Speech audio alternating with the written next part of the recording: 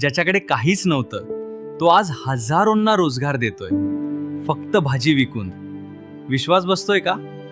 एका छोट्या गावात एक भाजीवाला होता. रोज सकाळी 4 वाजता उठायचा, बाजारातून ताजी भाजी आणायचा आणि उन्हात पावसात रस्त्यावर उभं राहून विकायचा. लोक त्याला कमी लेखायचे.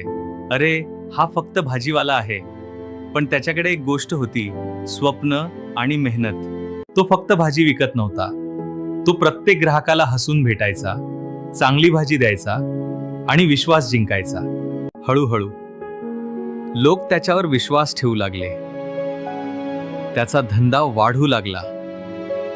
एक दिवस त्याने छोटं दुकान घेतलं, नंतर मोठं दुकान आणि काही वर्षांत तो स्वतःचा भाजी सप्लाय व्यवसाय सुरू केला.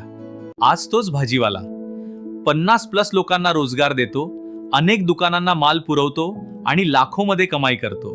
काम छोटं की मोठं नसतं, मन आणि मेहनत मोठी असते. लोक काय म्हणतात हे महत्वाचं नाही, तुम्ही स्वतःबद्दल काय मानता हे महत्वाचं आहे. जर एक भाजीवाला स्वतःचं साम्राज्य उभं करू शकतो तर तुम्ही का नाही? आजपासून कामाला कमी लेखणं बंद करा आणि मेहनतीला सुरुवात करा.